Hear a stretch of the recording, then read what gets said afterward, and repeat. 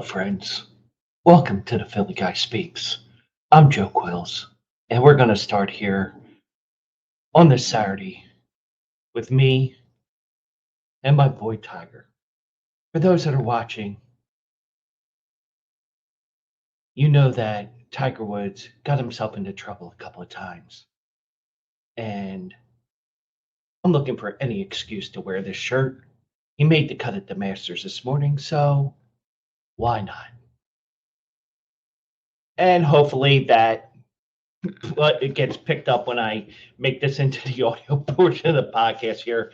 Also trying to stay a little bit calm because I had a fun 12 o'clock hour here as I was just about to get my final prep ready for the show here today. Little did I know that the fire alarm would go off on a Saturday when maintenance was not around for the last 2 days because, and I'm not going after anybody here. So if you saying that I'm going after the people that follow the Jewish faith and follow the Catholic faith, say what you want. I'm going to tell it like it is here and without prejudice or anything. First, we had Passover. And I saw that the office was closed on Thursday and the office was closed on Friday because it was Good Friday. Okay, we get double-barreled holidays of the different faiths. So, because the owner of this apartment complex is Jewish, okay, we're off Thursday. Okay.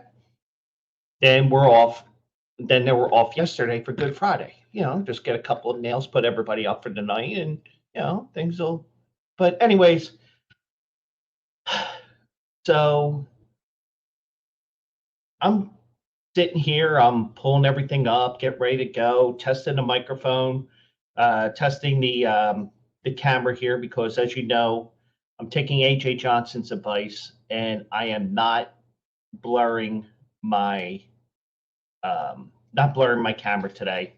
A little more light than I had planned, but then again, when you're sitting over there, and by the way, you got 6 eyes looking at you today. You got Tiger with his mugshot picture and my 4 right here. So, because I usually sit over there during the day working, and I was on vacation this week, so had a fun week. Made some money at parks, and then divvied it up after the fact at Live Casino Thursday night, and then yesterday at Delaware Park. For my buddy's birthday outing. But going back to earlier today, I'm getting ready. I'm pulling up the past performances for the 3 races that I'm going to look at here. And I'm going to get this into audio form as soon as possible so we can get a last minute upload. Because I decided, you know what, I'm not going to look at the races last night when I did my housekeeping podcast where I was just letting you know a couple different things here and let you know about this afternoon. So I ended up getting ready. I'm sitting here. I got the master steam there. I'm like, what do I want to play beforehand? See if I can get this link for this mix for YouTube to work. It didn't work, whatever. Then my computer went crazy right before the start. So I'm sitting here at 12 o'clock. I'm like, oh, God damn it. So being that I will be here 6 years in May, I know that usually, after a couple of minutes, it goes away. Kind of like the boy that cries wolf. I'm at that portion of fire alarms here in my building here. Except it just kept going and going and going. So I'm not sitting here for 20 minutes my headphones off or even with headphones on because headphones are useless when the fire alarm goes off right above my door here because everybody has that in their building as a safety precaution. So I also have a smoke detector, which I set off a couple of times a year when I cook. Use the oven. So I set that off a couple of times too. But for some reason, something or someone set it off. Now, I wouldn't be surprised if it's somebody that I saw downstairs because I decided I'm not sitting here for 20, 25 minutes because it's Saturday. We had no maintenance the last 2 days. I'm guessing we probably don't have maintenance today, like an emergency person just to sit here. So I'm like, screw it. I'm going to take a walk to Target, just get away. I need to get a thing or two for the weekend. End up getting candy, which I shouldn't have done. Then came back and it was all gone.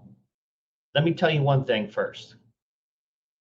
That thing is so loud that I heard it across the street on the other side of the building across the street.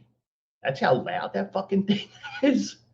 But, oh, man, I just couldn't. After a couple of minutes, I was like, you know what? I gotta get out of here because even if the neighbors think I'm the one that pulled the alarm and I didn't, I mean, I don't know how it went off. Wouldn't be surprised if it was a couple of kids that were playing around that I encountered when I was going outside through the main door. I usually don't go out the main door. When I go to Target, I go out the side door closer to the other building next door to me. I don't know why I'm itchy all of a sudden. And if I'm going this way, where the window is, out toward Castor Avenue, toward Northeast High School, towards Acme, I usually go out the doors that are right behind that wall there. Got stairs right there. So, I mean, that's the best part about this apartment that I got is I am secluded for the most part. I mean, I still get the noise from people going up and down the stairs every once in a while, but for the most part, we got good people in here. So I go out the door and I guess, I'm walking out, I'm going out the main door because I kind of want to see if I see anything as well because I'm a little curious. Maybe somebody set off the alarm, maybe somebody did this, maybe somebody did that. Here, my first encounter, there's a guy on my floor, and apparently one of the maintenance men lives on my floor. I didn't know that. So I'm just going to the store, screw it. Hey, how's it going? I didn't even say that because I didn't even disrupt their conversation. I was seeing myself out of there because they were the A's and B's. So I overheard him saying, "Oh, fire department will have to come, or somebody will have to come. I'm off today, or whatever." I couldn't care less. You work hard 5 days a week. I'm not going to bug you. And besides, I wanted to get outside and take a little walk, get away before the show started. So somebody has the door propped open, which is a security no-no. Because usually this place is like Fort Knox. It's pretty hard to get in here. And if my dad does come here Thursday, I have to give him instructions to get in through the front door if he comes in that way because of the fact, there's a call box on there. So I have to do that by Thursday just to make sure. So, so I go out and somebody has the door open. And, when nobody's standing there and the door's propped open like that, I'll be a dick and say, okay, well, I don't see anybody around. Good luck getting in. That's how I am. Now, I see there's 4, 5, 6 people there. There's a couple adults, a couple of kids. Probably one of the kids pulled the fire alarm. It wouldn't surprise me. So, but I'm not saying that they did, because I look at all aspects of a situation here, as you know, because I'm not the person. Even with the viral video with that I showed you with Anthony Rendon last week, even though Rendon did get his 4 games, he did deserve it. I'm always the type of person I'll say, well, what happened in the moments leading up to it? Because it's always the second person that gets caught, whether it's Anthony Rendon, a person punching a cop. You name the viral video. For the most part, you don't see the first person doing what they did. You're always going to see Anthony Rendon grabbing the fan and then taking a swipe with his left hand, showing that he's smart because he watched Bull Durham. I'm just like, you know what? Wouldn't surprise me, because as I'm walking away after the initial comment I'm about to mention, I heard them say, well, the fire department will be here in a few minutes. Okay. So that leads me to believe that maybe somebody pulled the alarm and they call and say, hey, my kid pulled the alarm. I apologize. Whatever. Person says to me as I'm walking out the doors, I'm putting the box back because, I have common sense. Even though it's a security hazard, it's a security breach, in my opinion. How hard is it to put 2 and 2 together like I did, and I got 4, not 5. I got 4. Wait, what did I get? I didn't get 2. I didn't get 3. I didn't get 5. 2 plus 2 equals, what was that again? That's right. 2 and 2 is 4. Reese, welcome aboard. Happy to lead everybody into your show this afternoon at 3:00. Rockin' Jocks here on No Filter. Just telling you, I'm still on the first topic here. Had a little incident this morning with the fire alarm.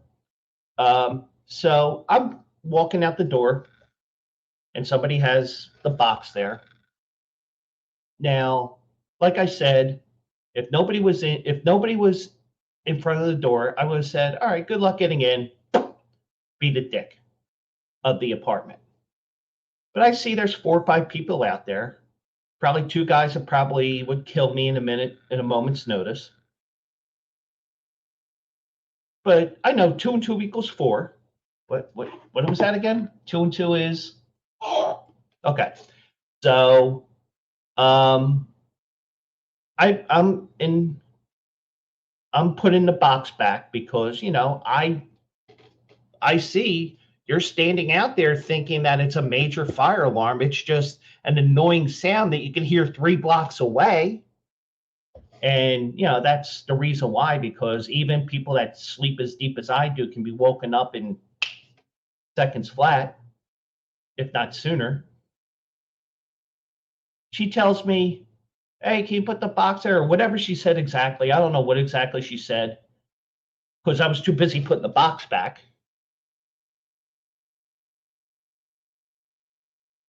So I'm like, I'm not saying a word, but when I'm thinking about it, when I'm walking across the street to go over to Target,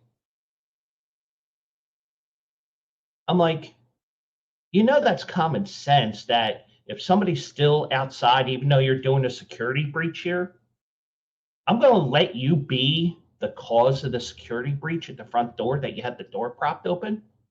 I'm not going to deal with, do that. So, but like, for example, I might have my dad here on Thursday. I'm going to show him some tricks here. He'd probably be in the bedroom most of the day because I'll be working Thursday, Friday, and Sunday. But you know what?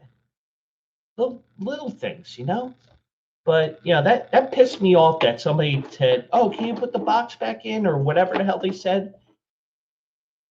As I was putting the box back, because you guys are standing there, you're thinking that, oh my God, the building's going to burn down. And I'm just sitting here, I'm just like, I'm sitting here for like 5 minutes thinking, okay, well, this is the 86th time that this has gone off in the 6 years I've been here. Let's get, you know, this will turn off eventually, and it just wouldn't turn off. Fire department came. I heard the trucks coming. I'm walking to the store because I just don't want to deal with the noise and everything else. So, but I'm just like, really? You're really telling me to put the box back when I know why it's there, even though you should have a key for that door or have your cell phone programmed so you hit star whatever, the phone will ring and you can let yourself in. Common sense, people. It's something that really annoys me. And, I had a nice, fun week, quiet week on vacation, did even a extra Monday show for you guys. And I'm doing a makeup show today because I was at the Sixers game with AJ and Duncan Dad. Then we're getting back to reality here. People with no common sense, but a little bit of a rant, not to the Tony Bruno level that he gets, but I did play the Masters music at the start of the show today because you know what? I gotta calm down. Gotta relax.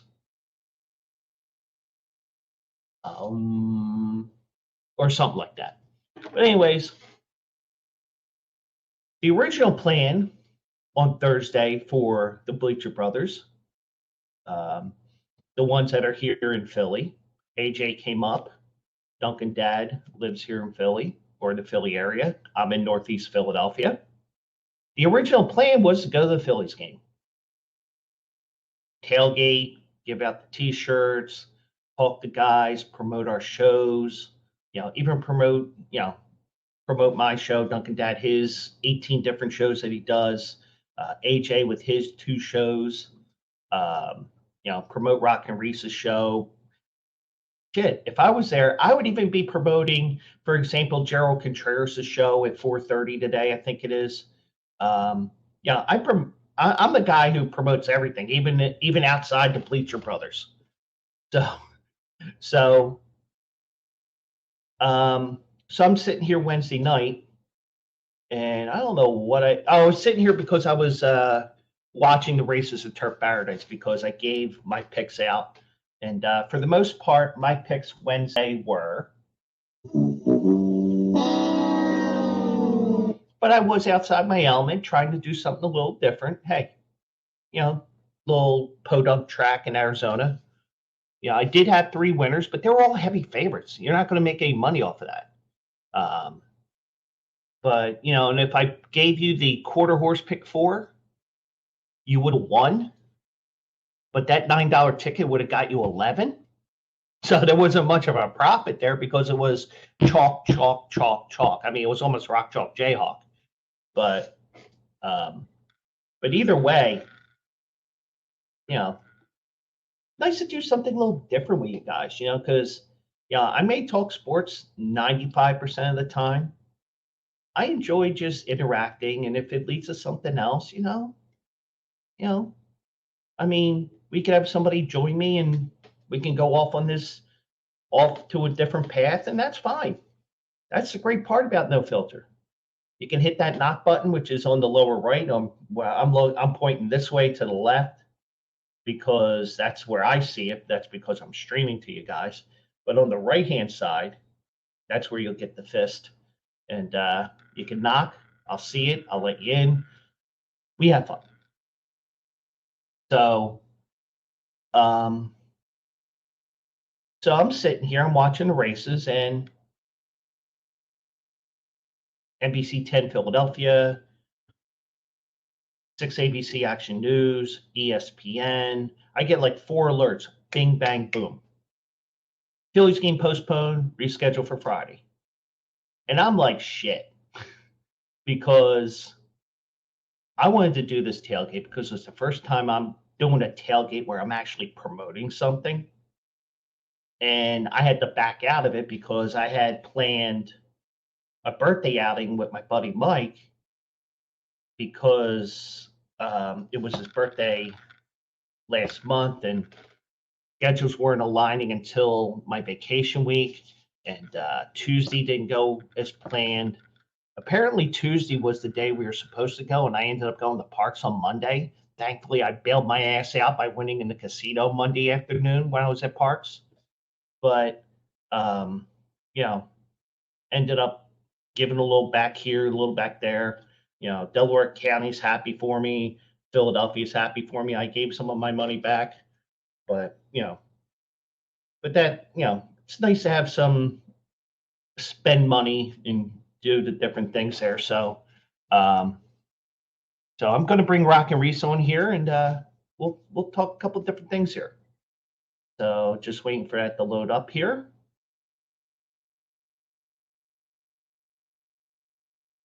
Reese, how are you, man? Doing good, Joe. How about you? Oops. 1 second.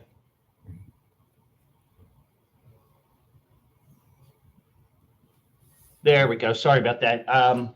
Right before the show started, I went up to use the bathroom and kicked the cord out of the PC, and it sent me back to the headphones, so to the speaker. So sorry about that. That happens. We're all ready.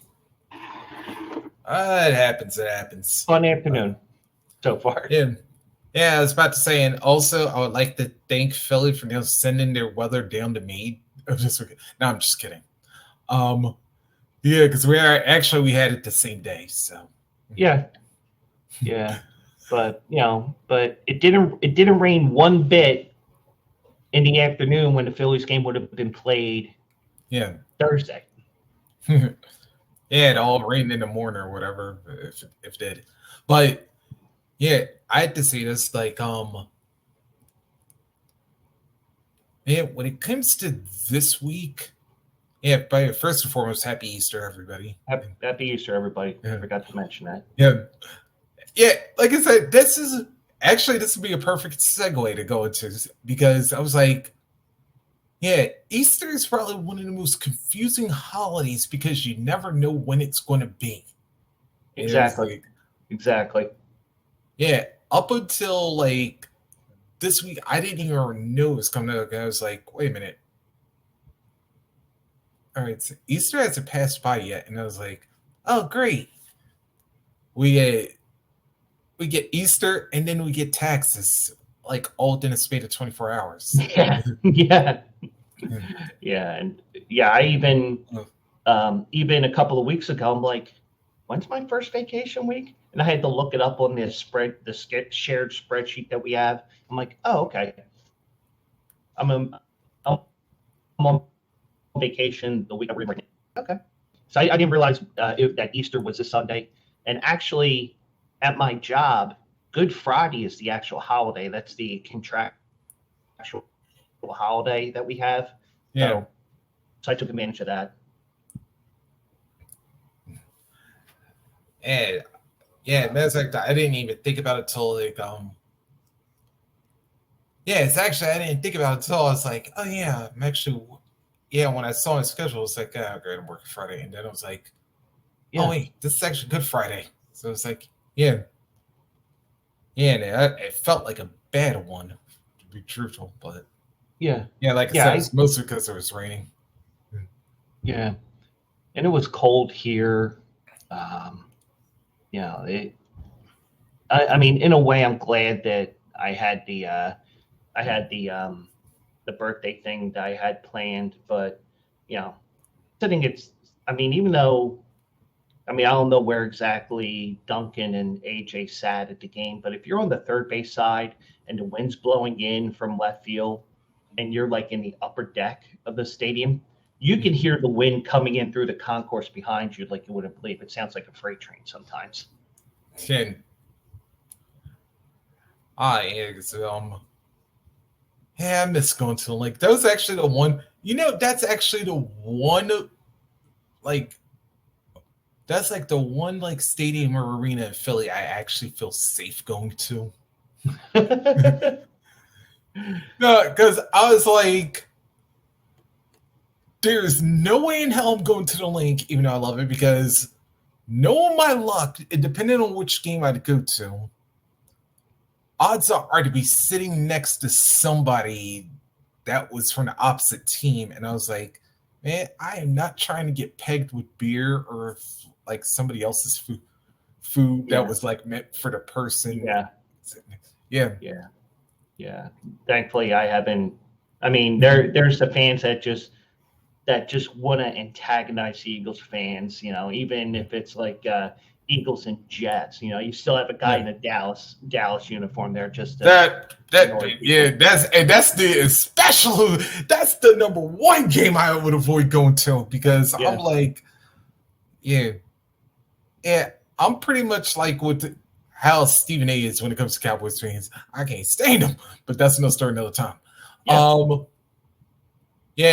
Sixers. All right, Sixers actually I would feel okay with. Now they're doing good, but actually I'd probably be doing it when they weren't doing so good, because hell, the tickets would probably be so cheap that it wouldn't even matter if I was like paid for a nosebleed, but then all of a sudden I was sitting in front, like front court. We were up there. We were up in the corner, but the way that the Wells Fargo Center is, you get a great sight lines no matter where you are. And that's true, because like I said, when I went there to a flyer scheme like many years ago, I was like, man, I could like literally see. And it was one of the rare times I actually watched a hockey game and never lost sight of the puck once. Last game I went was a couple of years ago. We were like 10 rows off of the ice, but where we were in the one end of the building, you can't see them going down the ice toward the other goal, because you got all the glass and you're on an angle, but not complaining, but then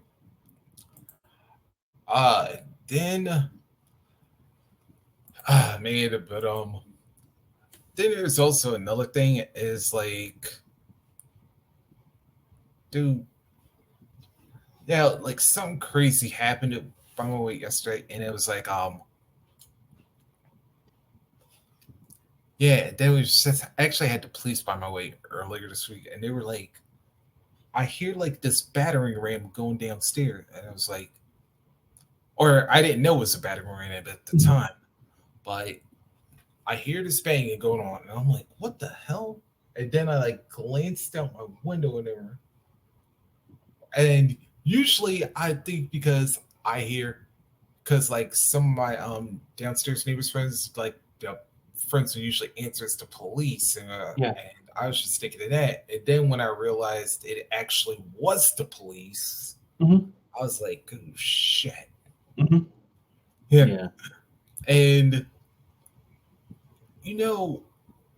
that gets me thinking, we've really gotta start like watching the shit that we do now, because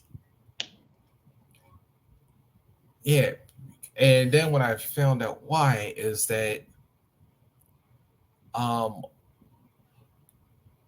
one of the grandkids was actually selling drugs from the apartment, and I was like, oh, shit. And I'm like, we've got to really pay attention to what, especially like with kids today, because of course, like, dude, I'm like, and you know how like drug peeps are. For anybody that's ever avoided and has not lived around drug infested areas, or like having somebody bring it into it, I pray that you never do have to deal with this shit. But I'm like, you could make one wrong move with that, and guess what? Somebody coming with you and wanting to put a bullet in you. And that's the good news. I mean, I had a little bit of an incident on Thursday. It wasn't anything bad or anything, but Now, I was going down to South Philly from where I am in the Northeast, so I hopped on the L, and you know, two people get to the escalator at the same time. I go to the kid, go ahead, no big deal. Then he goes, "What'd you say to me?" I'm like, dude, I'm thinking to myself, dude, you're about 4'2". You're a kid. If you took the first swing at me, I would crush you like a grape. But I said nothing. I was just letting you, I was just being nice, just letting you go. Oh, okay. I was kidding anyway. I'm like, the hell you were, I'm thinking. Because, and I'm also thinking, okay, well, it's just one kid here. But I get the feeling that there's about 10 to 15 others that are just waiting to pounce on somebody. So I was like, okay, you're not coming after me, buddy. And I mean, this kid had to be no more than 13. But that's even what it is like here in Philly with these kids, man. I mean, you could say, oh, it's the district attorney, it's the mayor, it's this, it's that, but parent. I mean, is it the parenting? Is it this? Is it that? I'm not accusing anything, but it's just like, dude, why are you doing this shit? It was just a simple nice gesture, whether it's male or female that you do it to, and the kid even joking around, allegedly, if you take him word for his word, you don't have to say that.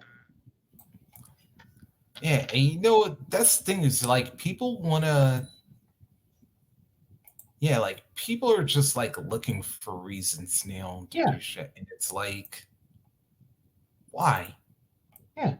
Because it's like, you're smart. Yeah, so like if you smart off to the wrong person, that's just like, oh, you get your ass whooped, and it's like, dude, you brought it on yourself. Yeah. It's like nobody told you to act like a smartass in front of anybody. Yeah. Yeah. And like I was saying, I think even before you hopped on, or even before you came onto the stream here, I was saying how Anthony Rendon got 4 games because that was the most recent viral video that I saw. I'm always the type of person, okay, well, we see Rendon taking a swipe at the fan. But whether it's that or whether it's a person punching a cop and then a cop goes ballistic on somebody, what led up to that event? That's what I'm always saying here. Well, you're judging based on half of the story here. You're not judging on, was the cop acting like an asshole, or was it that the person was egged them on to the point where, we got to do something about this, no matter what it is, you're not getting the full story in a viral video there. And I lost my train of thought of what I was talking about there, but it's like, but like going back to what you were saying as well, we're in a world now where anybody can pull out a video. There's security cameras everywhere. We're in this world where you're always on camera.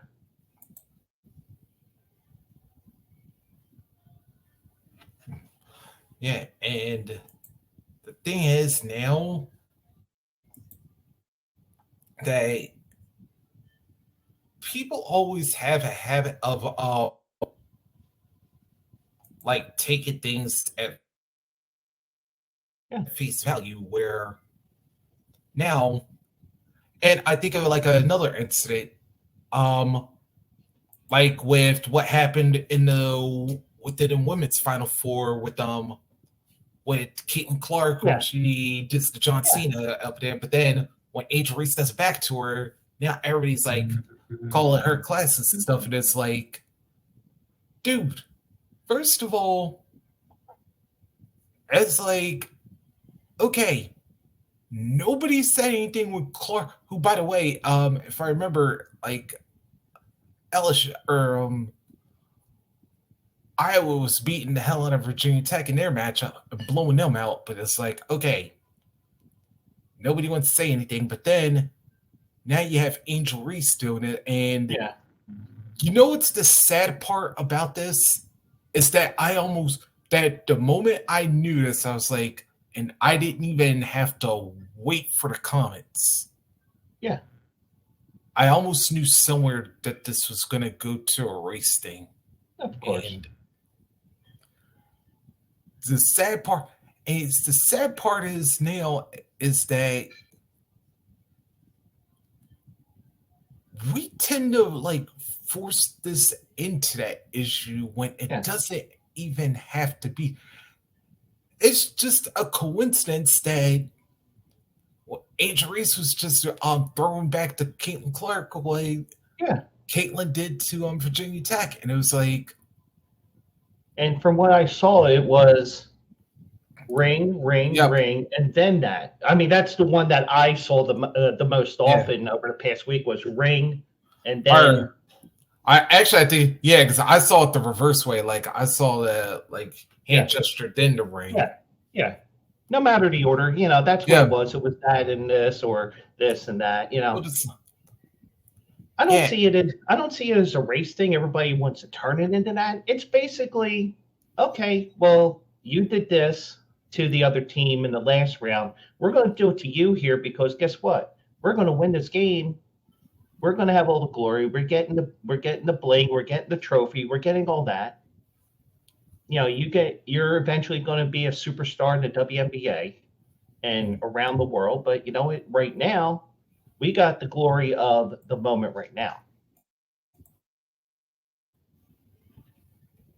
Yeah, and here's the sad part. And the sad part is that it overrides the championship.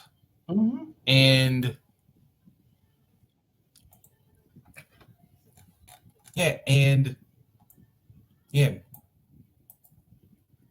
like I said, consider how the entire tournament, both men's and women's, has gone down. Yeah. The focus should be on the champions. Mm-hmm. Yeah, and focus on Kim Mulkey. She won another championship. She won how many championships is that now for now? It's 4 now. Oh. Yep. Love the sound effect there, by the way.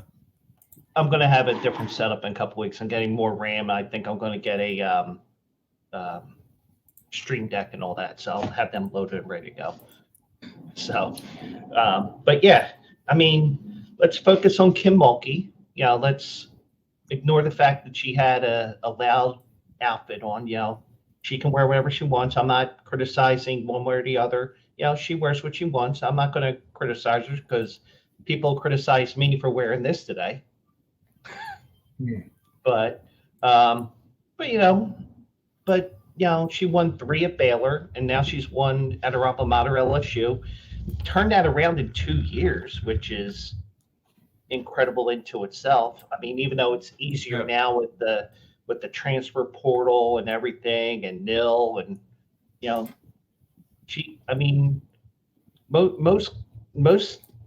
most coaches would dream for a scenario like that, men or women's team.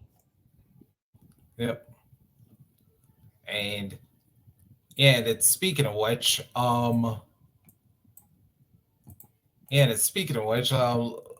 let's also get to the men's side. Yeah. And I still can't believe I'm saying this. Yeah, UConn are champions, but I'm talking about the men's team. Yeah. I mean, you can't sleep on the men's team, but the women's team, because they won year after year after year, or at least got there to the Final Four year after year after year. Yeah, and this year they had so many injuries, and it just happened that they lost. I think it was in the regional semis, in the Sweet 16. Yeah.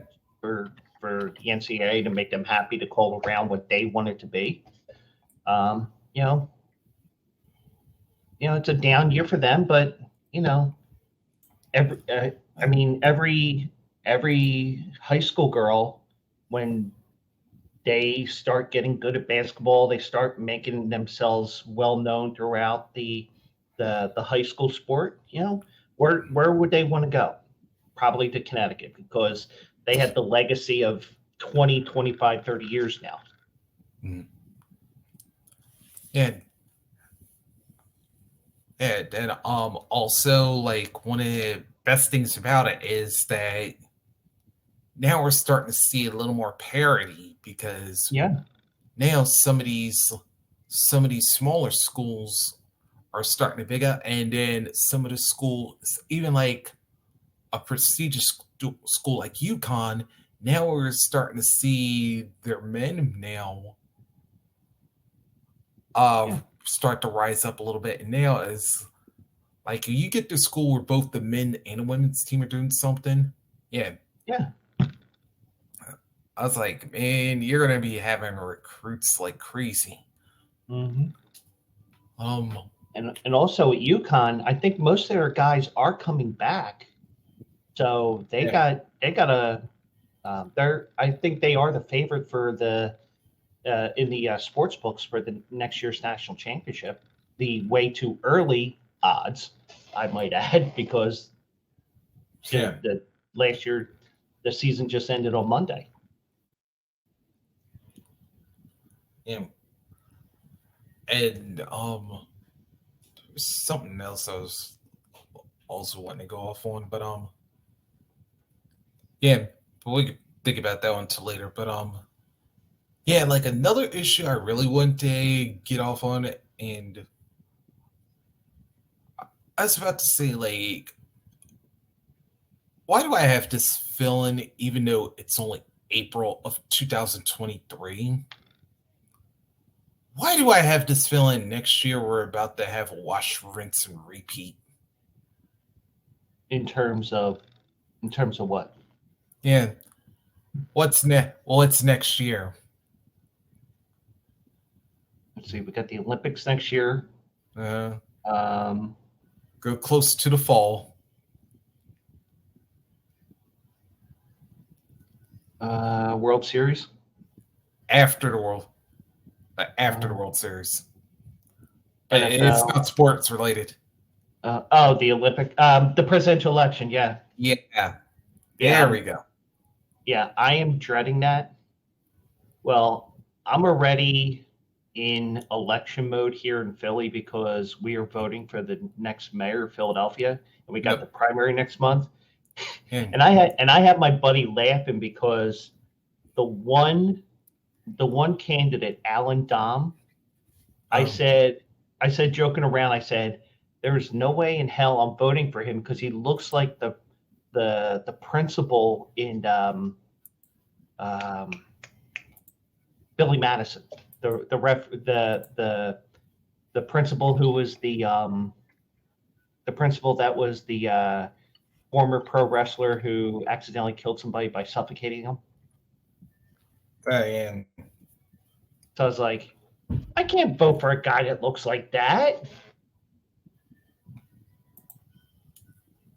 You know, I mean, at least we don't have anybody from my high school alma mater becoming mayor of my city this time. Because we've had 16 straight years of my high school alums controlling the city. But that, I'm not saying my school is a bad thing. It's just that we had one okay guy, and then we had Jim Kenney, who somehow slipped through the cracks and graduated, in my opinion. Yeah, and actually, I was trying to look through, and I doubt I'm going to find it. But there was a picture I made, and I swore that. Well, actually, you know what? Actually, yeah. And if you were to see the picture, it would be like, yeah, you nailed this one.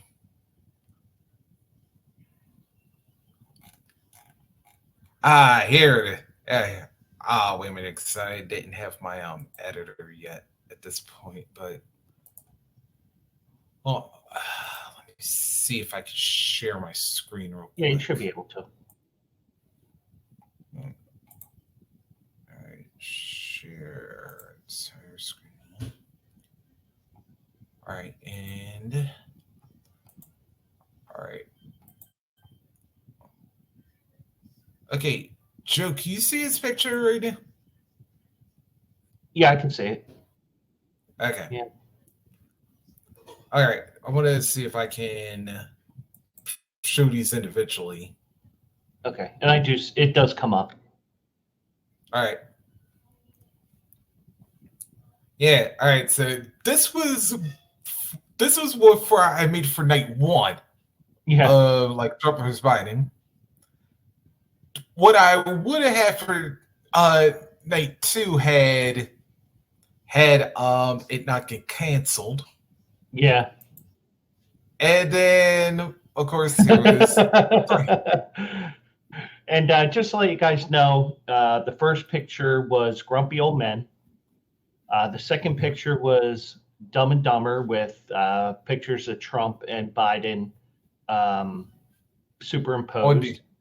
And Beavis and the Beavis and Butthead movie, the title got changed to Beavis and Butthead Screw America, and Beavis was Joe Biden and Butthead was Donald Trump. So, I appreciate a good humor thing that takes shots at both sides. And I said this 8 years ago when the Republican convention, because you can't say anything, you can't take shots at one side without taking shots at the other.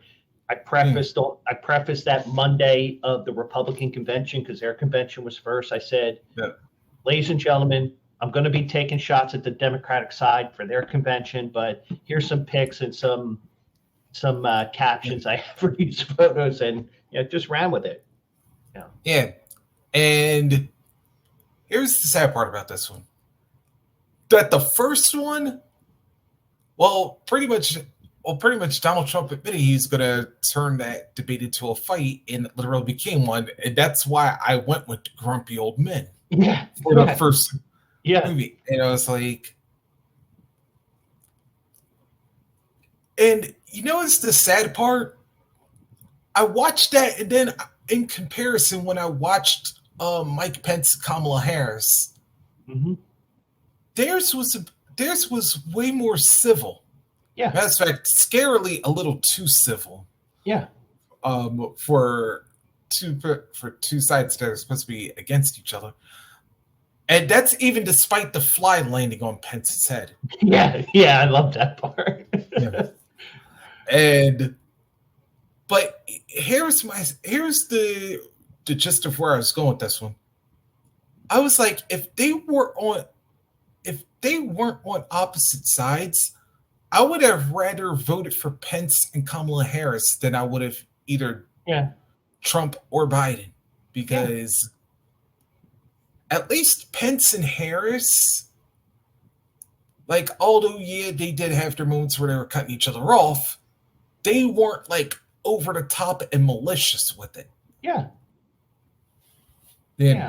mean, I always appreciate a good intellectual battle, and and the unfortunate thing is with Trump and Biden back in 2016, I don't know what the or 2020 or 2020. I don't know what the ratings were, and I don't know what the ratings were with 2016 with Clinton and when Trump. But the thing is, people are going to watch that because of the fact it's kind of like the Howard Stern effect. When if you've seen Private Parts, well, why do they hate them? Oh, it's what Howard Stern's saying.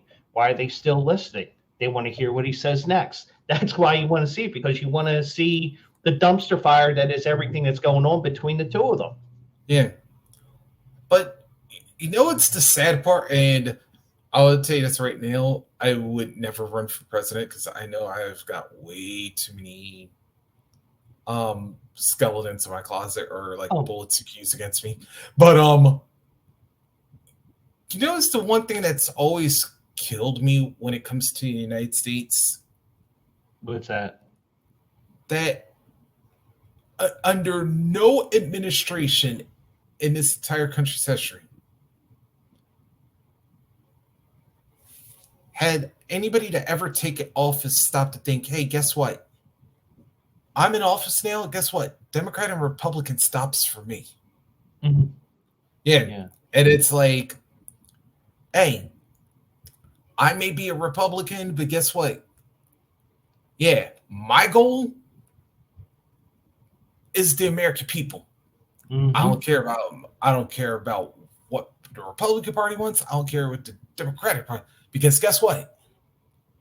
My focus as president is now I got 300 million plus people that I've got to try and make life better for, and I only got 4 years to do it.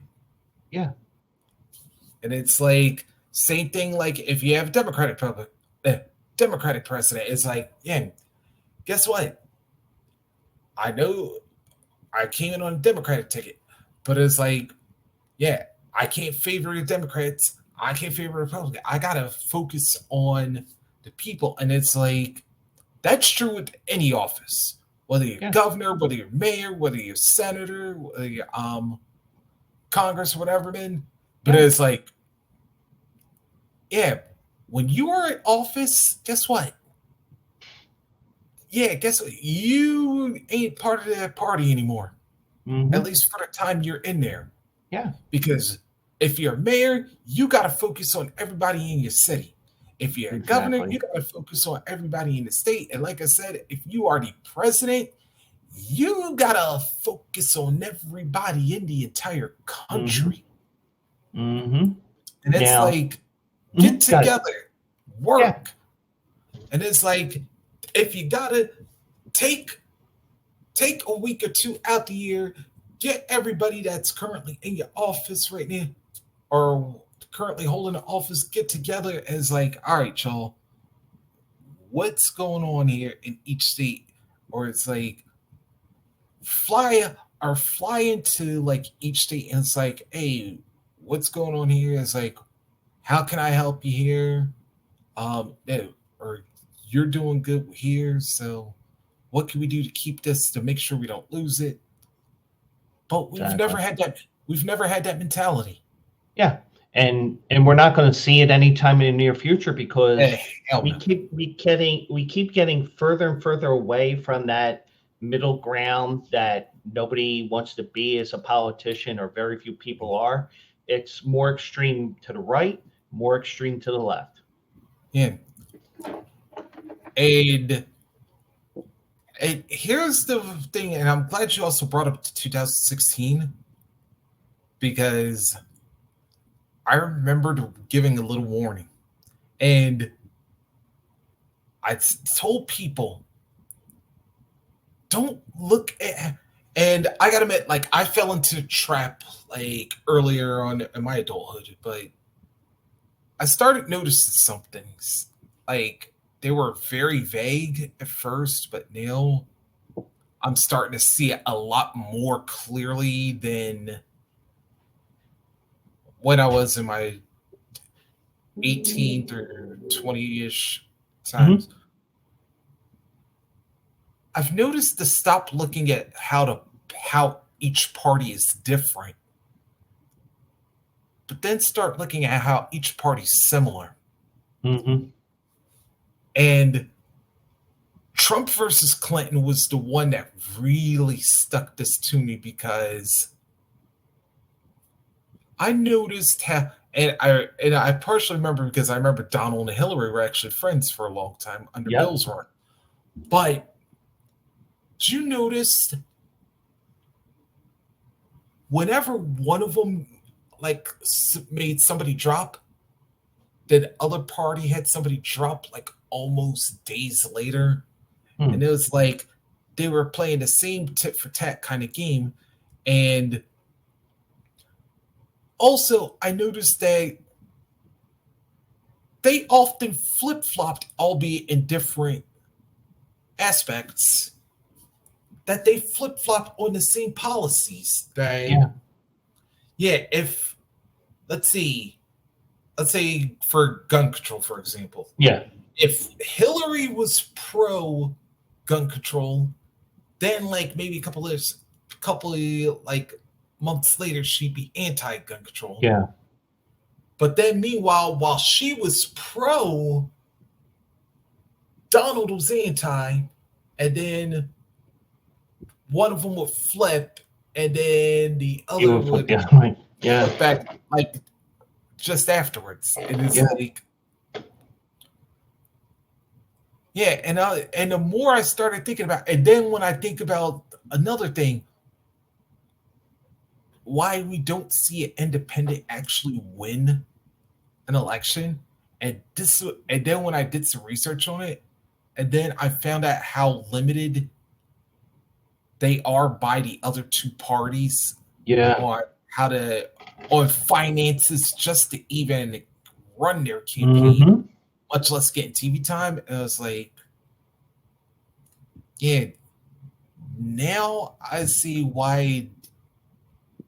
This is why I said now, why to start looking at how each party is similar instead of how they're different. Yeah. Yeah. And it's, it's a tough thing. You're probably going to need a mega billionaire to run for president. And I doubt anybody would even think about running even within one party or the other, let alone an independent party. Because Yeah, well, they've had people try to do Yeah. because look at Ross Perot. Yeah. Yeah, because he was a billionaire, and yet even he couldn't generate because, like I said, Republican and Democratic parties, yeah, like I said, they limit independence on TV time as well as how much money they're allowed to spend for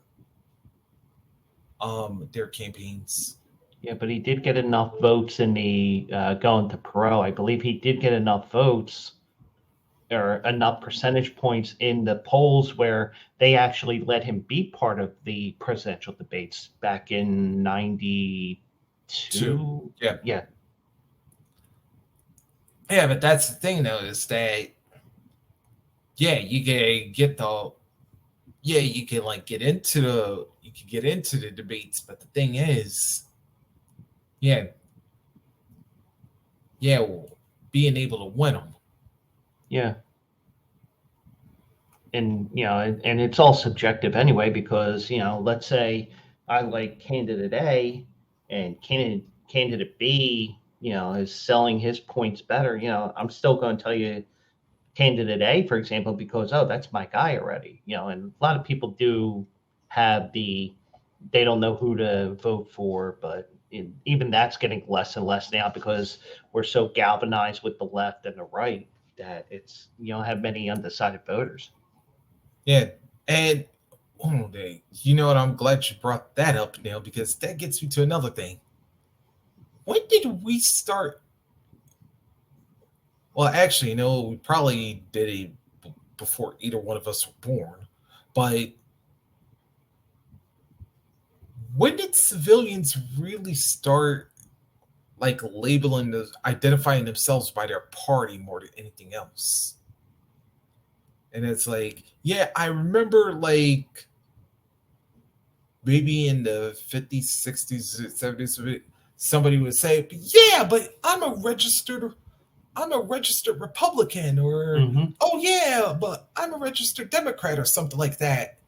And I used to think back to those TV tropes where I said, you can't do this to me, I'm a Republican, or you can't do this to me, I'm a Democrat. But I'm definitely dreading once November hits, because it'll be 1 year to the presidential race and presidential election, and I'm really going to dread Facebook, Twitter, anywhere else, because I'll post something that's sports related, and somebody will make it into a political post, and I'll be like, what does this have to do with anything? What does this have to do with your political beliefs? It's just a joke sports comment, and then you're turning it into a political thing. Because I had that so many times in 2016 and between 2016 and 2022. Well, before the pandemic, but mostly, But everything was turned into a political tangent. Oh yeah, and that's why I laughed about 2016, because I'm like, And I remember, and while I was going through my old Facebook posts, like I'm trying to search for these pictures, I came across. Let me see if I could pull this off too in a row now. Go ahead. Yeah. Let me see. I gotta have to probably scroll back a little bit.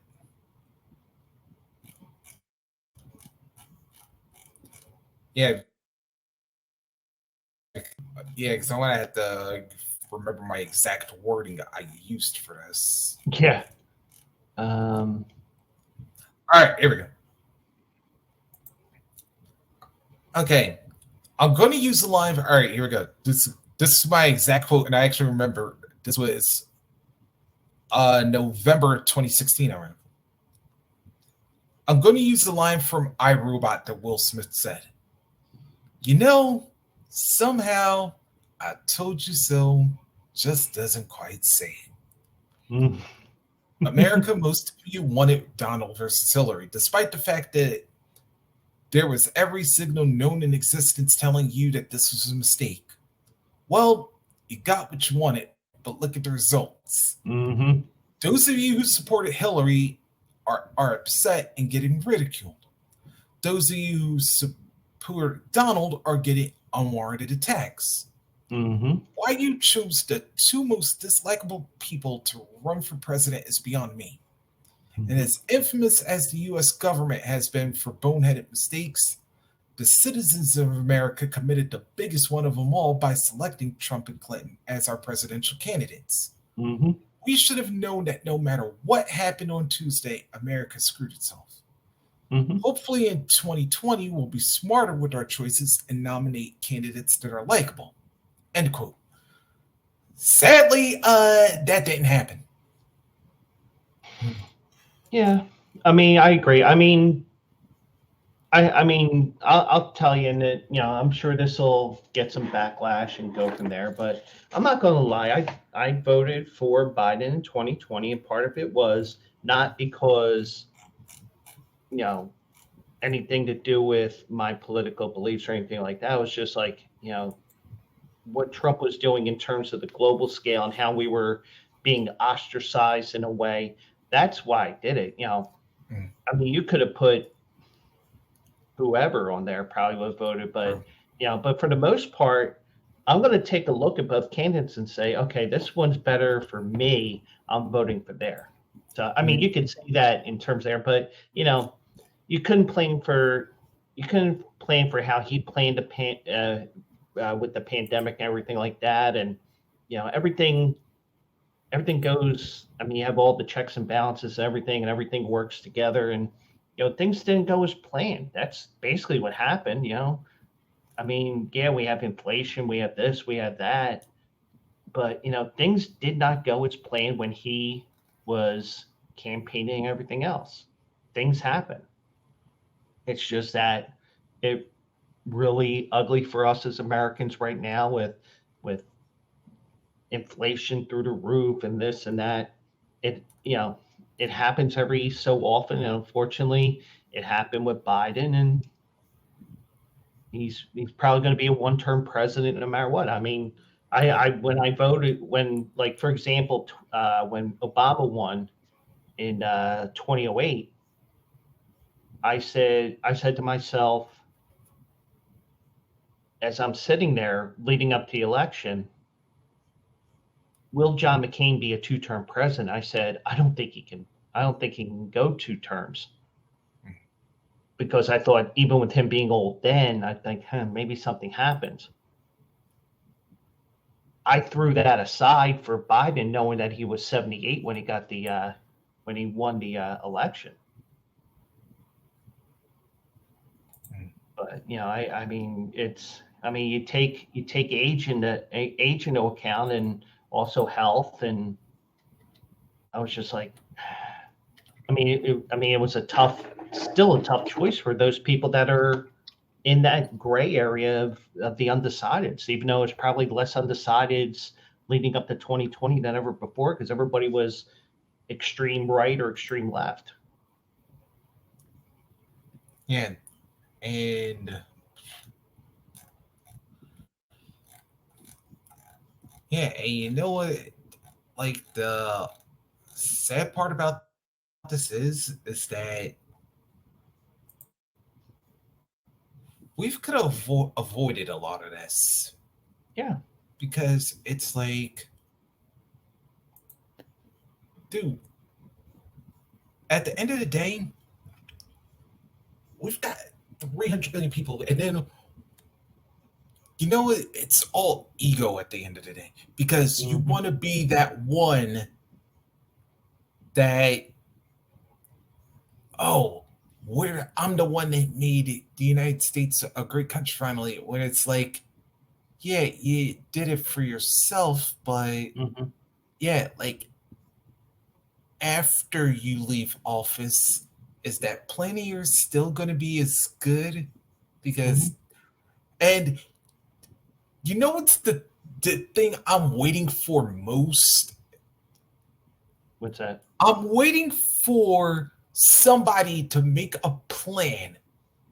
And I know it's probably happened, but I'm not coming up with anything really off the top of my head. But I'm waiting for somebody to make a plan that they think's going to be good, but everybody else knows it's going to be bullshit. And then when that person leaves office, that plan that they wanted and Mm-hmm. then it still went through with, it backfires on that person. And Mm-hmm. it's like, well, uh, what are you complaining for? You're the boneheaded genius that created the idea Mm-hmm. and passed it. Yeah. Yeah. And when you have both houses of Congress in your pocket, and you can just throw anything to Congress, and it basically gets rubber stamped. Yep. And I'm Sadly, not, that is the way it goes yeah. sometimes. But And I'm not the guy that goes on to political beliefs of, oh, I believe this, I believe that. Like I analyze, like when Trump was on the other night from Mar-a-Lago. He said it was his impeachments were witch hunts or whatever. And I'm just sitting there, I'm like, mhm. and I just want to hear what he says, because I just want to be prepared for what people are going to say on Twitter when I hop back on there. I was like, the only reason why you did not get removed from office is because no matter how you look at it, whether it is, um, whether no matter who was in control of the Senate, the votes just weren't there. The numbers just weren't there to remove him from office. I don't care if it was the Democratic Party in control or the Republican Party in control. No matter what side it is, the way that America is now, you got to have a ton of dissenters just to get to that 2/3 vote to remove anybody. I don't care if it's Biden. I don't care if it's Trump, Obama, Bush too, um, all down the line. You got to have the numbers, and the numbers in most cases will never be there to remove somebody.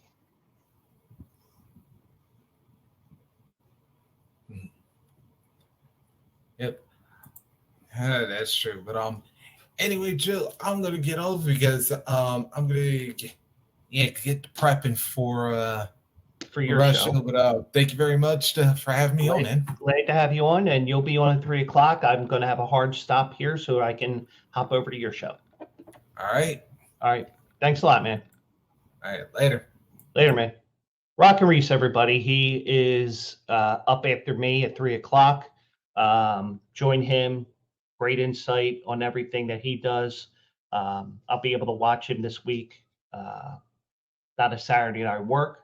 I'm on vacation anyway, so I'll get to join in with him on his show as well. So, a lot of insight, and also the great thing about here at No Filter, you can join us and we can go off on a number of topics.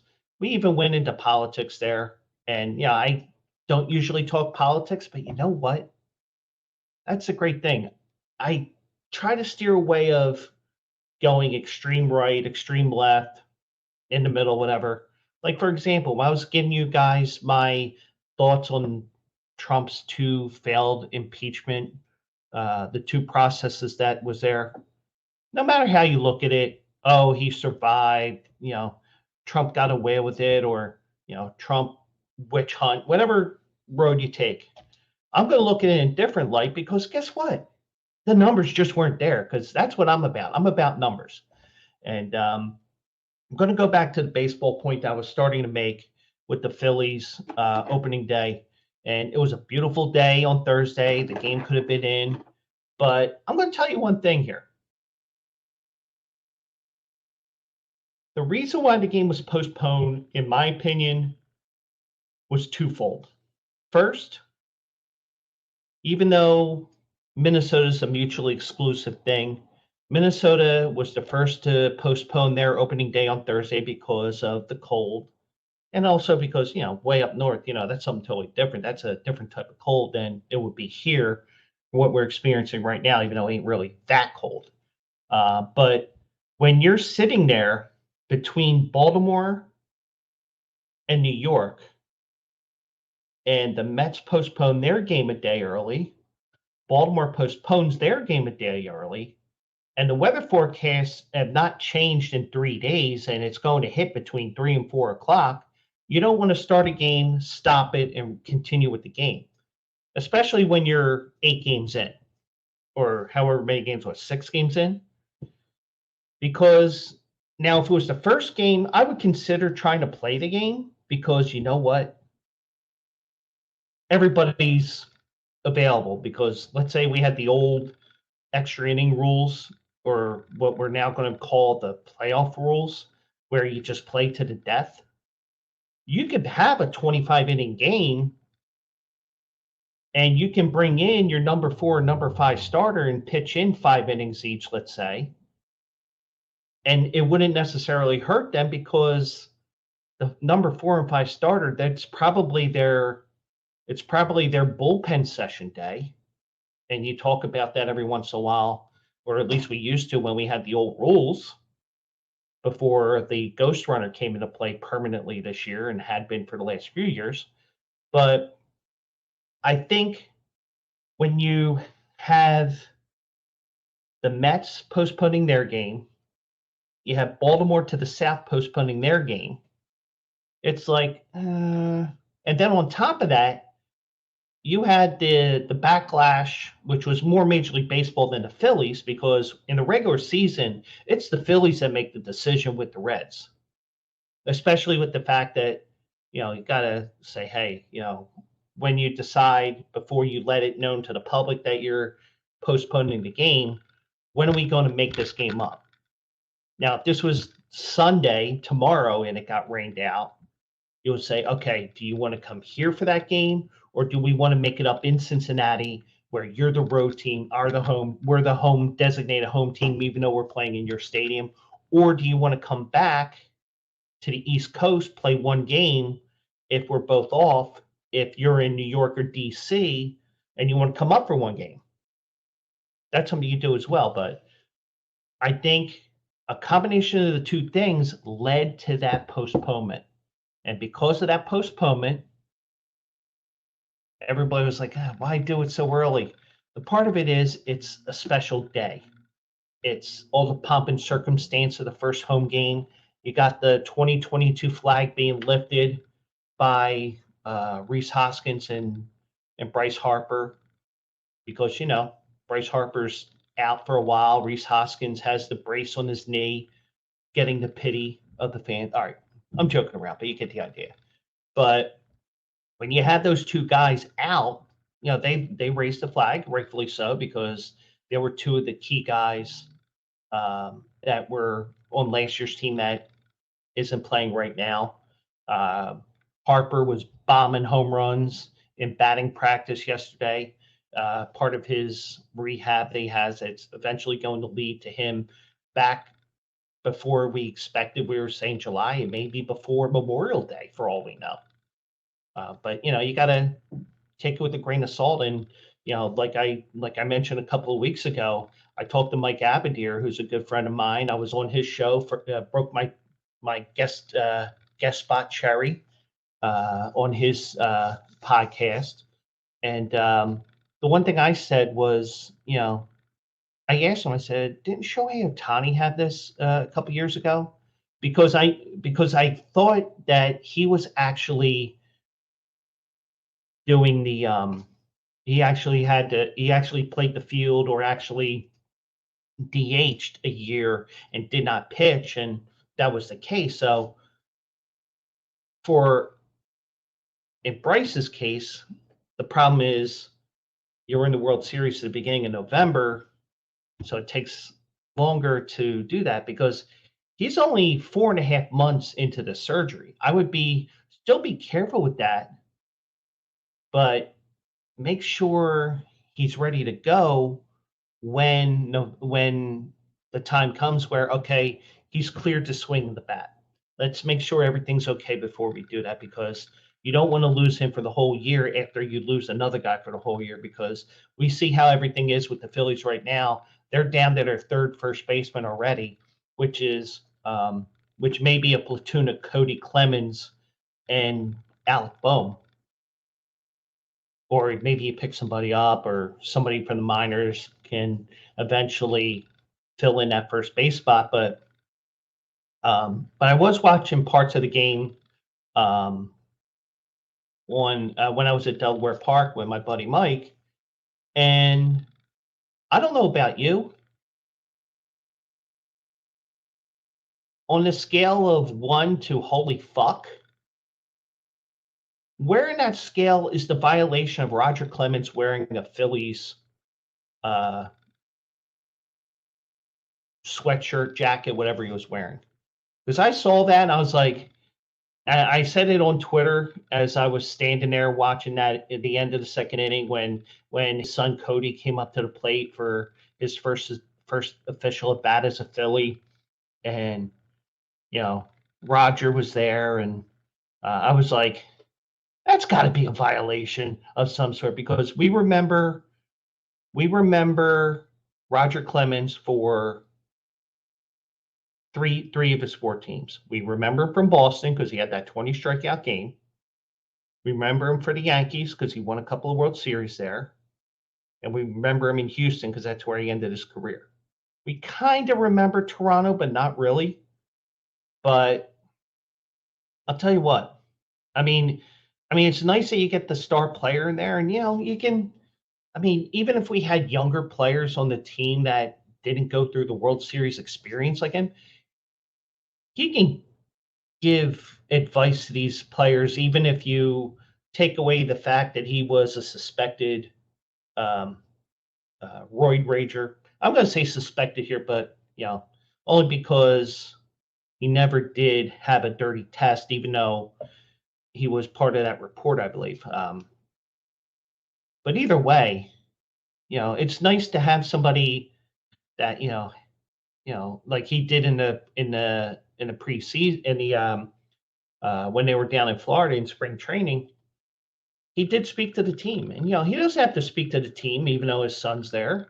He does have to speak to the team because he was never a Philly, and he was rarely in the city of Philadelphia because back in the early days, Clemens didn't even his mainly Boston. They never played the Phillies in Philly because there was no interleague play at the beginning part of his career. But he did play here occasionally against the Phillies, not often. But it's nice to expand that network, because guess what? If you're in good graces with Roger Clemens, you can talk to these younger guys and say, hey, and if they're open to what he has to say, then so be it. It'd be a great piece, but it seems so weird with him with a Phillies jacket on that, even if it was something they probably got at the clubhouse store on the lower level, or he got something in one of the the 200 level area that is also doubles as the press box. I mean, it's nice to, like I always say with even my job, when I do when I have my observations, and I said this to my managers that are no longer there back when we had more people in the office. I said, the one thing I will always say, and I think I even said this when I was briefly a manager, I said, sometimes somebody will catch something that I won't catch. And as long as you use this constructive criticism, use it to your advantage. That's what could be the case here with Roger Clemens and the Phillies. But, I mean, but it really sucked that the game got postponed. And I don't know what you guys think about that, but I know a lot of people were not happy. And I got up Thursday morning, finally got to my phone, started looking around, laying on the couch because I never made it to the bedroom. I do that a lot because, I'm just so tired. Good night. But when I sometimes I look there and I was like, all right, let me see the weather because we're going to the Sixers game as a backup plan. And I see 6:30 or 6 o'clock, 7 o'clock, 8 o'clock. I'm like, are you fucking kidding me? Because, I don't want to listen. I don't want to read all that stuff. Oh, and John Bolaris, he even went off on baseball. He was going off on there for a couple of days, actually. Let me find that tweet here because I don't think I tweeted that much, thank God.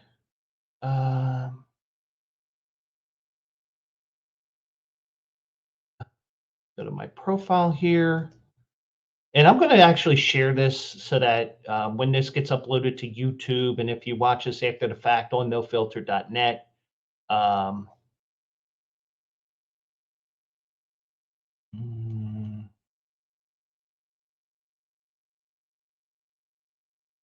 okay. And I'm going to share this here for you. And I'm going to tell you what my reply was here. So let me share this for you here so that when you're watching this after, it's mostly after the fact here, people watching this. So John Bolaris said, horrible decision from the Phillies to cancel the game. Storms could arrive by 5 p.m. By then, we would be in the 6th or 7th innings, as games are much quicker. If storms arrive between 4:30 and 5:30, they would rapidly move out in 45 to 55 minutes, and the game will continue. You never get an opening day with 80-degree temps. Any tags? Hugh Douglas, Joe Giglio, M. Leaf. I don't know who that is. Some guy pretending to be Sixto Lascano, and he tags MLB. Now, I replied, I agree that it's bad press that they got from waiting. I agree, but let me try it again. 3, 2, 1. I agree, but it's bad press that they got from waiting for the last minute before postponing Game 3 of the World Series, along with the Mets and Orioles postponing their games that made this look even worse. And you know what? It happens. I mean, I'm sure you go through history of baseball, you can say, oh, they postponed this game early and it never even rained. But it's rare, but it happens sometimes. And like the storms were for like 2 or 3 days, they were scheduled to hit between 3 days prior. I looked and it was like, oh, between 12 and 6. And then when you get closer and you can get hour by hour, it's like 3, 4. I was like, oh, this doesn't look good. And I'm watching the news and they're telling me the same time frame. It's like, but last minute, it's like something happened, a storm slowed down. Things happen, people. I mean, I'm an AccuGuess person, and things slow down. It's just the way it is. But the Phillies did win in cooler weather. And, Fun was had by all. Nick Sirianni threw a bullet for the first pitch. Short-armed it, but still threw it probably in the 70s. And better than Travis Kelce, who threw a 5-footer. It was 55 feet short of the plate. Probably done on purpose, knowing Travis Kelce because he's such a goofball. Him and Jason Kelce, great podcast. But, it is the case here. So I said I'm going to have a hard stop at 3 o'clock today. I said it at the beginning of the show. I said it on Twitter before the show. I even said it when Reese and I were talking there and going into different topics here. I do want to make my picks here for the Bluegrass, the Santa Anita Derby, and the Wood Memorial. Not the Morning Wood Memorial, the Wood Memorial. I'm going to look at those 3 races here. I only got a chance to look at the Keeneland race. So the Santa Anita race and the Aqueduct race, those 2 races, that's going to be me looking at it for the first time. Bing, bang, boom, done. So I'm going to look at those 3 races here for you. I just want to double check the scratches here. Everybody's in at Keeneland, all 11. The 3 is out at Santa Anita. And the 6 is out at Aqueduct. So I got to remember that when I go through these here, because Aqueduct and Santa Anita, I'm using a PDF file to show you those 2 races. Keeneland, I can actually go through this here because this is the type of format I was showing you when I was doing the Turf Paradise races on Monday. So first race we're going to look at is the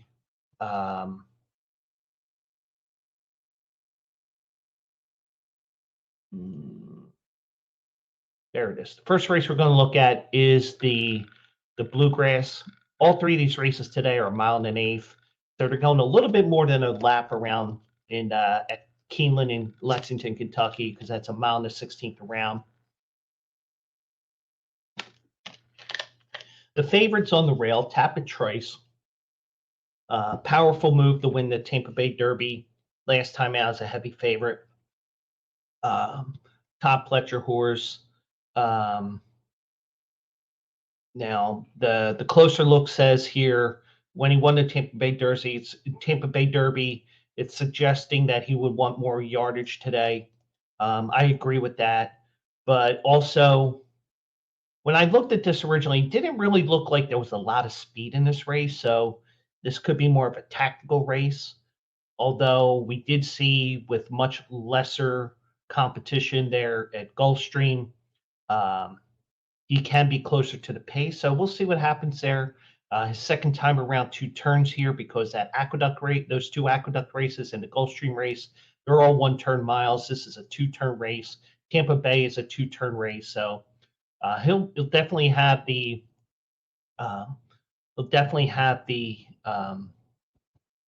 he'll definitely be able to go the distance. And I think I said it before the Tampa Bay Derby as well. Put this in your mental Rolodex, because Tapit,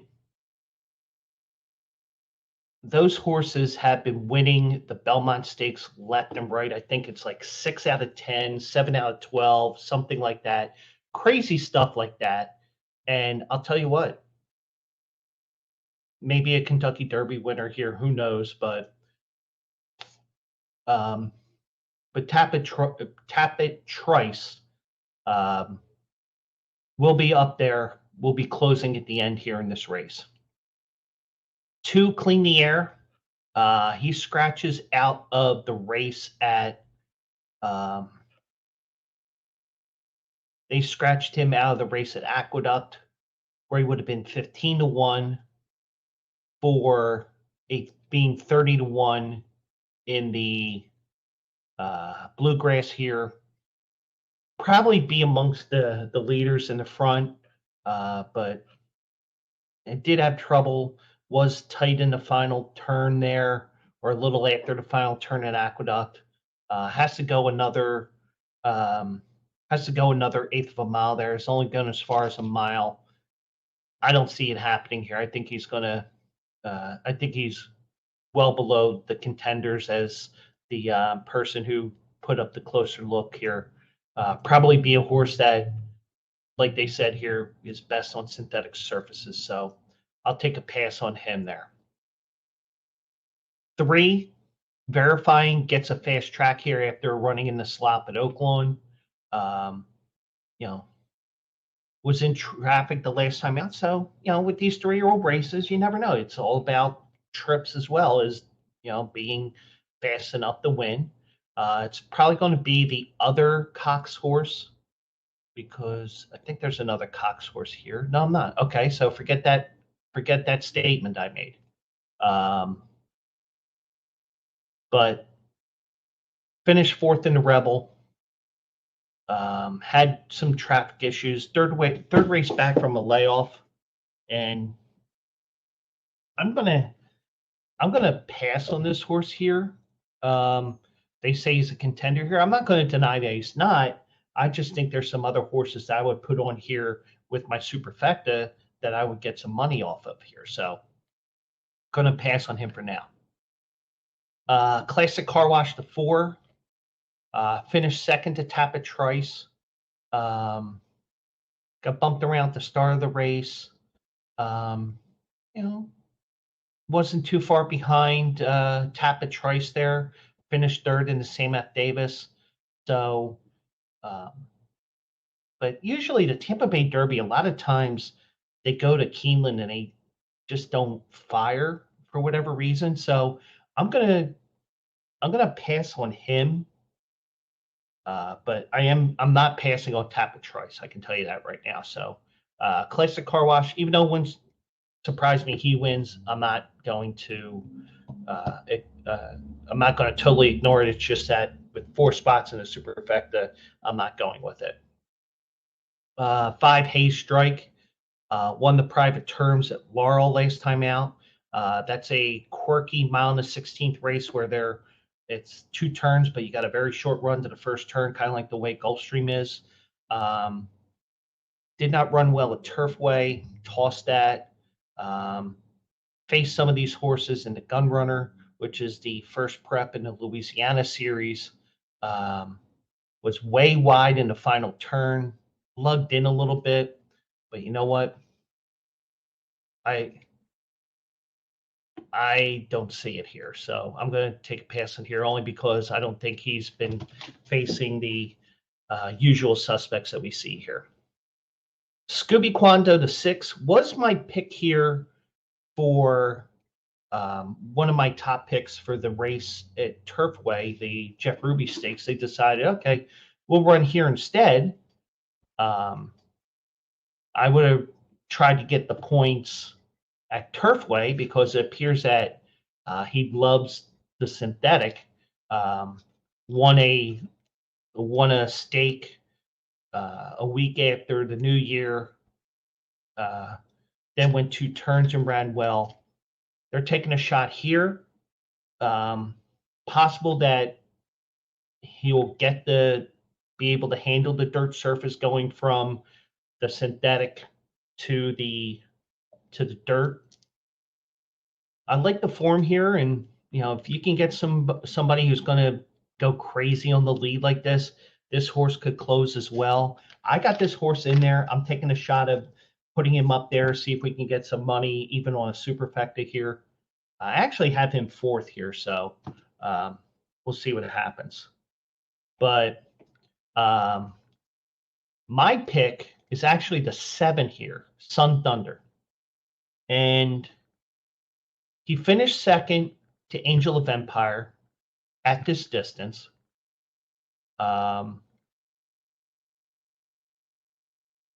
Closed just like Angel of Empire did, so you've got another closer here. But the only real speed in this race is very cheap speed. So you may not get the classic speed duel up front, but you're going to have cheap speed on there that doesn't look like it's going to last even to the half-mile pole. But this is a horse that finished 2nd to Angel of Empire. Angel of Empire outkicked him. We saw what Angel of Empire did last week. and prove my point that I like Angel of Empire in the Kentucky Derby. Shortens up a 16th of a mile. I think that's going to help as well. And also, that was a slow pace in the race at Fairgrounds. You're not going to see 49-3, 114-3 for those half mile and 3/4 mile times.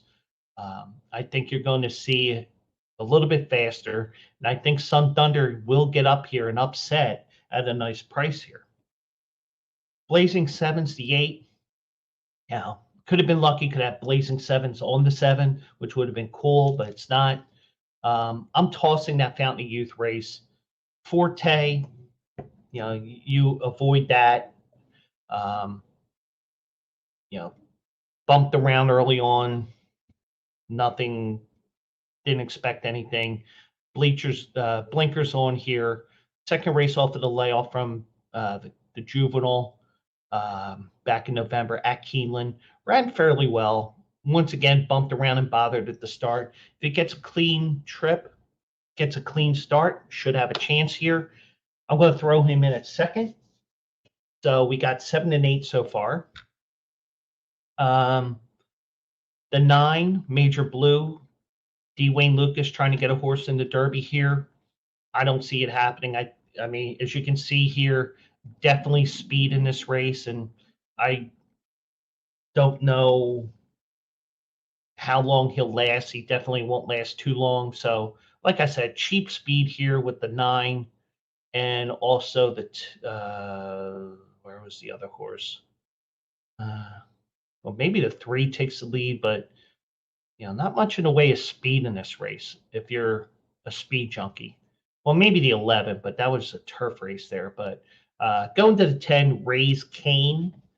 Not Raising Canes, which, all of a sudden I have a hankering for chicken here. Ran well in the slop last time out, destroyed the Gotham, 23-1. You're going to get some money on this horse. Finished second in a 2-turn race in a gun runner in December.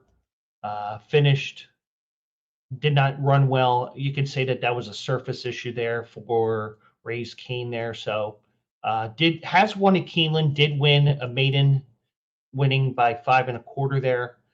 So possible you could see a winner here. I think I'm not putting him in the top 4, but you know what? Would not surprise me at all. Finally, Mendelssohn's March won a optional claimer as a mate. Actually, okay. First race he was DQ'd up to the first spot. This horse bumped him, and he got put up. So technically 1 for 2, but really 2 for 2. Won a $100,000 optional claimer race where he was not entered for the tag. I don't think he's fast enough. So, and also has the far outside post. So I'm going to pass on him. So I'm going with the 7 Sun Thunder, the 8 Blazing Sevens, toss that race. Probably get a nice exacta out of that. Going to take Tapit Trice here because he doesn't really need the points. He's in no matter what. And I'm going to take the 6 Scooby Quando for 4th. So 7816 at Keeneland for the Bluegrass. Then we will go to Santa Anita. And that's the second race in the sequence today of the top races. Let me zoom this in a little bit. There we go. Okay, so we have 9 horses going. Well, actually 8 because the 3 Go Rocket Ride is scratched. Let me just double check one thing here.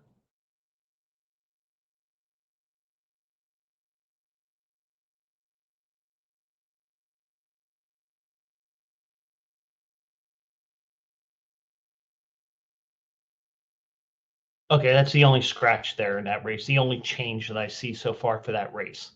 So, number 1, I don't get it.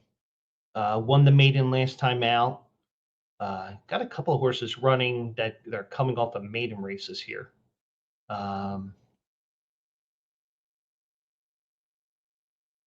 I don't get it. Probably has a type of running style that could lead to a win here, but let's look at those other horses first before we make that decision here.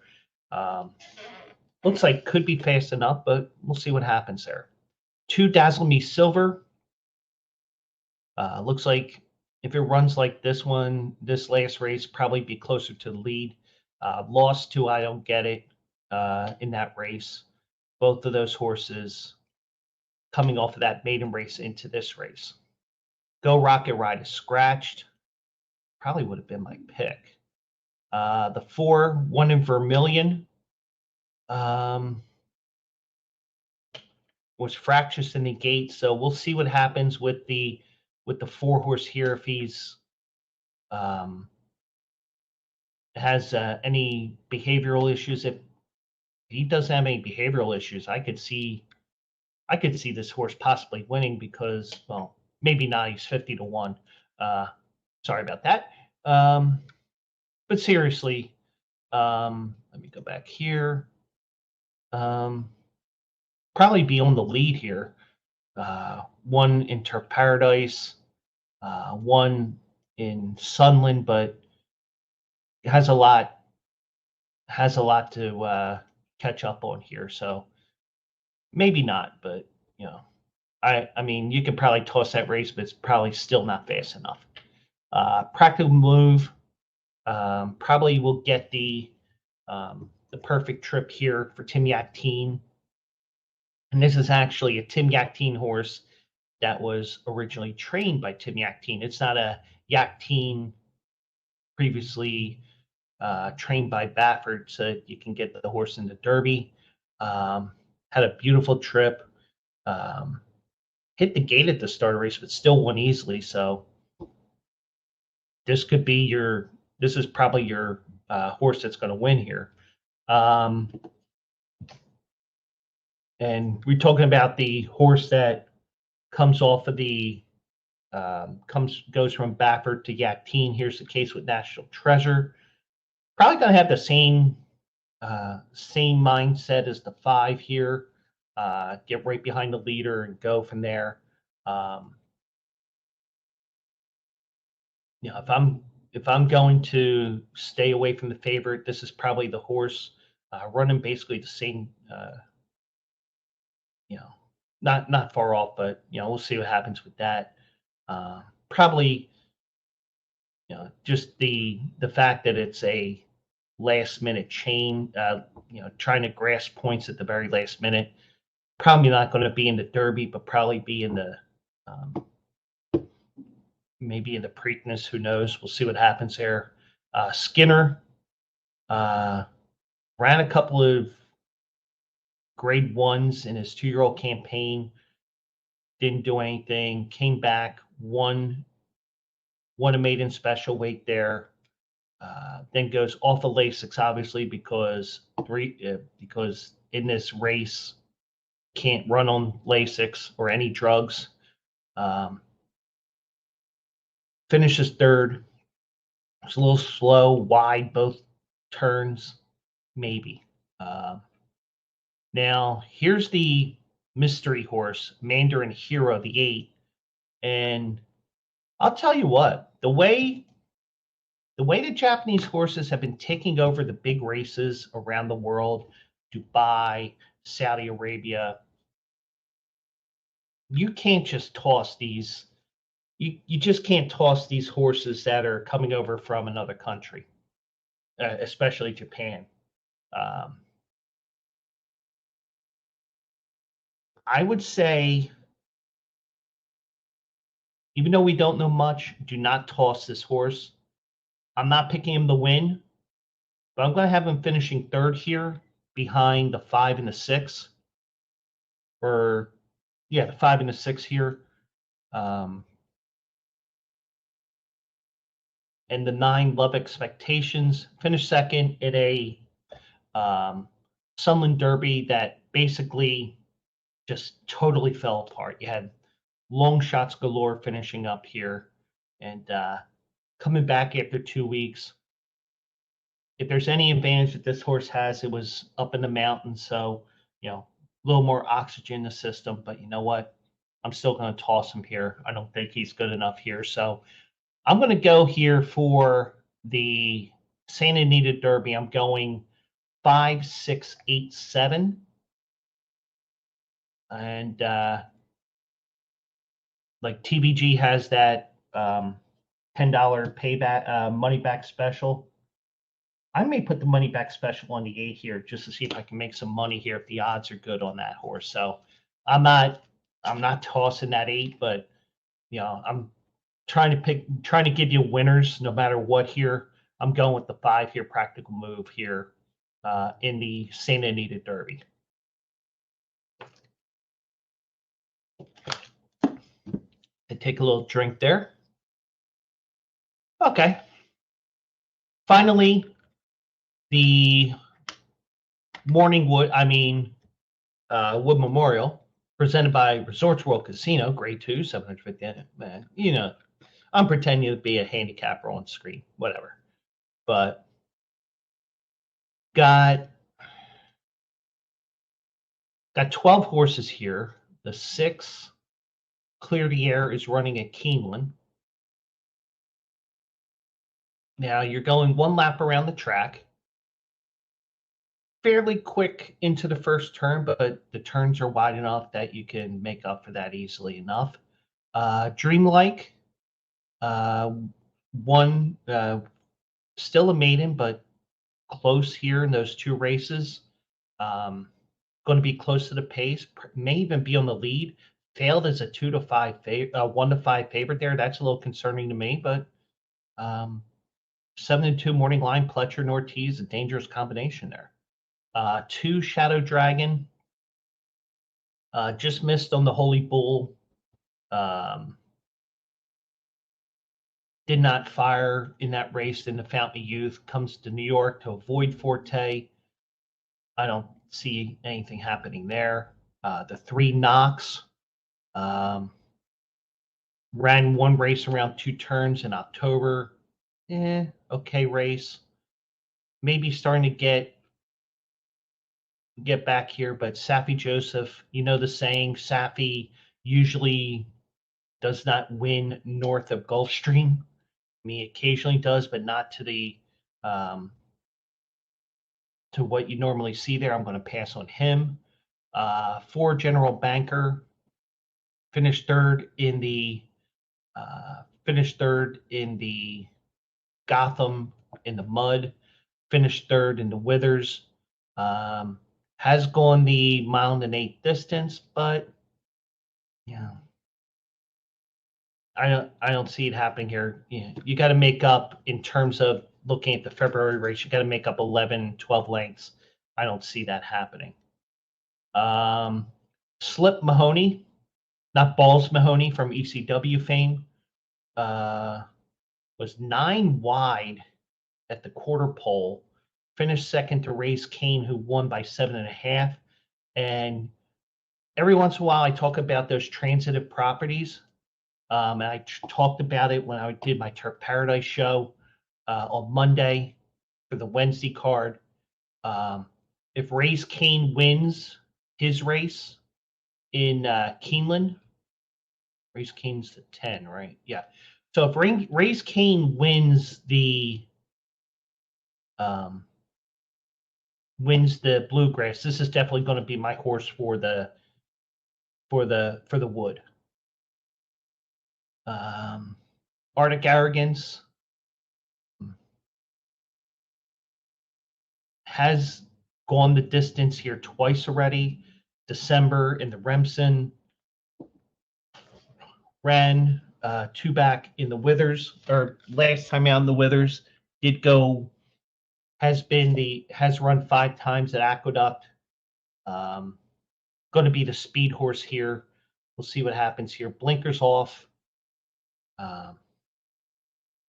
We'll see if the speed holds here or not. I haven't been watching the races, so I don't know if there's any biases or anything like that, so take that for what it's worth. If it was a rainy day here, I would probably look harder into either the 8 or the 9 Lord Miles or the 9 Krupi. Hope I pronounced that right. Because I'm always a person that likes to play these curling horses in the slop. But Lord Miles hasn't shown much since the Mucho Macho Man. First 2 races were good. Last 2, not really. Just may not be a 2-turn horse, and sometimes you try to do something that your horse can't do. So I'm going to say no to that. Krupi may have a kick to him, but but Angel of Empire, we saw him winning last week. Maybe he can turn it around. Maybe he doesn't have as much, but I'm going to pass on him. Uncle Jake wins a maiden special weight at Laurel. This is a Baffert horse that went to Brittany Russell. I don't think he's fast enough, so I'm going to pass on him. Classic Catch has won at the 1 1/8 distance, invading from Florida. Sometimes this time of the year, those Florida horses that come up to New York, it's something about the heat and the humidity and going to cooler climes like it is in New York today. This is a dangerous horse despite the numbers not looking as good. Screw it. This is my upset horse. I'm going with Classic Catch here. Out of Classic Empire. Mr. Swagger going 2 turns for the first time. I'm going to pass there. Did have problems last time out. It hit show. Gets the outside post. Not very good.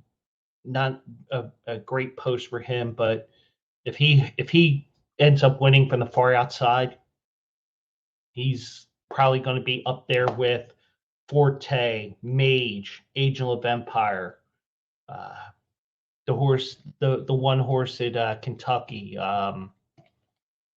Capitrice if he wins. So, but you still have a dangerous combination there. He'll be able to fall off the pace a little bit, but not too far, and probably will make a run there. So I am going to go here 11-13, 7 and 5. So that is Classic Catch over Hit Show, over Arctic Arrogance, over Slip Mahoney. 11, 13, 7, 5. And ladies and gentlemen, we timed this just about perfectly. It is 2:57, and I'm going to hit that hard stop right near 3 o'clock. So perfect timing by me. Hallelujah. Praise the Lord. Pass the Tylenol. So hope you enjoyed the show here tonight, this afternoon, a special Saturday edition. Hopefully the light coming in wasn't too much of a bad thing, because it'll look better at night when the light over here will be on, but not the light coming in because it'll be nighttime. But hope everybody had fun, enjoyed this. So I will be back Tuesday at my usual time, 9:15 p.m. And who knows? Maybe eventually over time we'll do a Saturday show like this on Saturdays. I'm off. Who knows? But until then, do want to thank you all for joining me here on the Philly Guy Speaks. I will catch you Tuesday at 9:15 p.m. Tiger thanks you as well. Have a great day, everybody.